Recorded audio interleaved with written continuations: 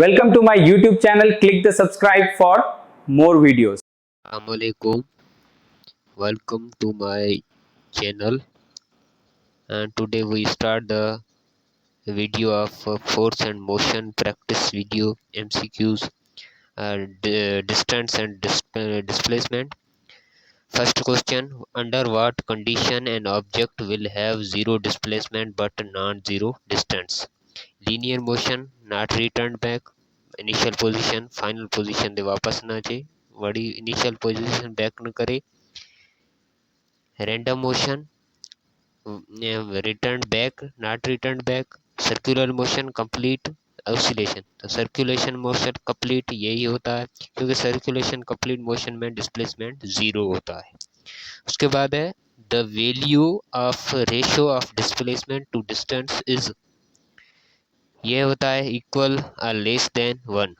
ठीक है, या तो इक्वल होता है क्योंकि डिस्प्लेसमेंट डिस्टेंस से क्या होता है, बड़ा होता है। उसके बाद है the ratio of displacement along diameter of circle and distance, total distance along circle is, total distance होता है circumference 2 pi r and displacement होता है हाफ सर्कल का कितना होता है, वो होता है 2r, यानी कि वो होता है डायामीटर के बराबर।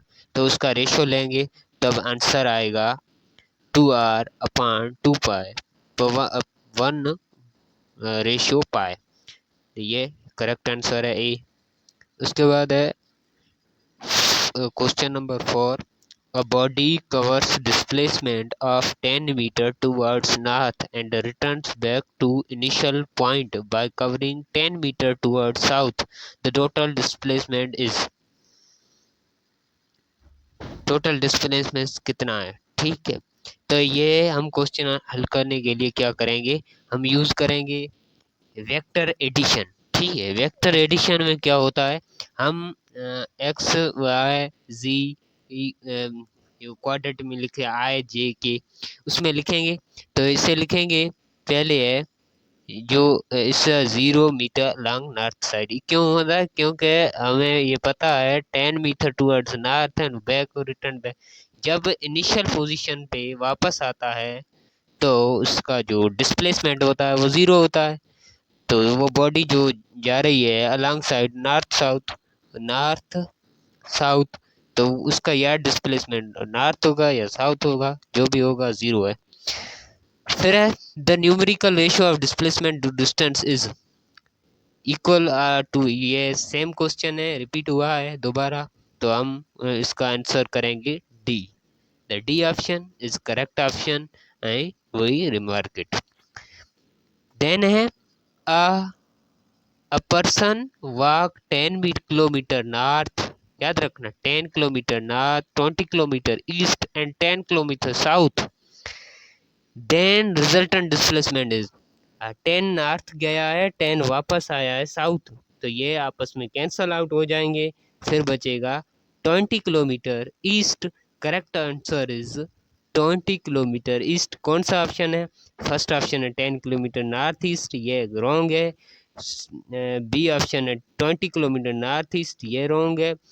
फिर है 20 किलोमीटर ईस्ट, ये करेक्ट ऑप्शन है, C option is correct option and D is 20 kilometre west, ये नहीं होता। तो फिर हमारा ऑप्शन जो करेक्ट होगा वो क्या होगा, सी।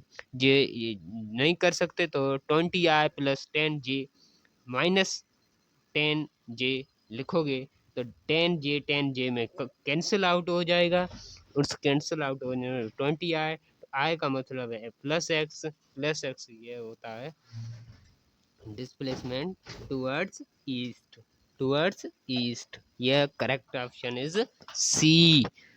नंबर 6 का करेक्ट आंसर इज सी। फिर है 7, when a body moves in a straight line then its displacement coincide with, जब बॉडी स्ट्रेट पाथ में कवर करती है तो उसका जो कोइंसाइड करता है, किससे करता है, डिस्प्लेसमेंट कोइंसाइड होता है, वो बराबर होता है किसके, डिस्टेंस के ऑप्शन ए, डिस्टेंस के option C, acceleration option B, force option D, length. The correct answer is A, expert physics. फिर है आगे हम करेंगे क्वेश्चन नंबर 8। ठीक है, इसका है 7 का ऑप्शन है ए। फिर है for a moving body dash is always change. क्या होता है जो मूविंग बॉडी का चेंज होता है? Position, vector, distance, displacement. ये तो सही ऑप्शन है। फिर डी, डिस्प्लेसमेंट, स्पीड। ये का सारे गलत होंगे, फिर यही सही है option. What determined the nature of path followed by the particle?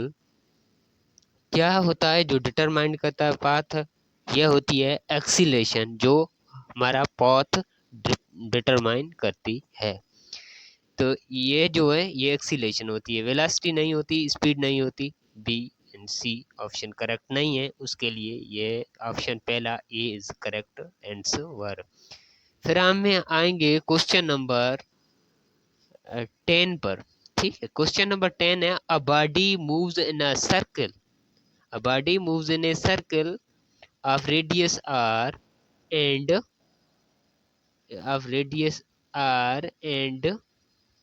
फिर क्या है,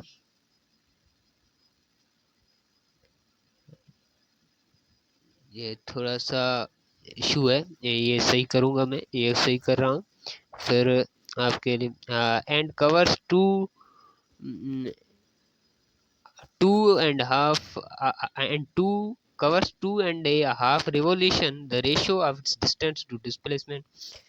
हमें पता है कि जब एक रिवोल्यूशन कंप्लीट होता है तो उसका डिस्टेंस होता है वो 2πr सर्कमफ्रेंस के बराबर होता है, और जो उसका डिस्प्लेसमेंट होता है 0 होता है। तो जब 2 रिवोल्यूशन कंप्लीट करेगा डिस्प्लेसमेंट 2 times 2πr होगा and displacement is 0. One other half is completed, the 2r is displacement and 2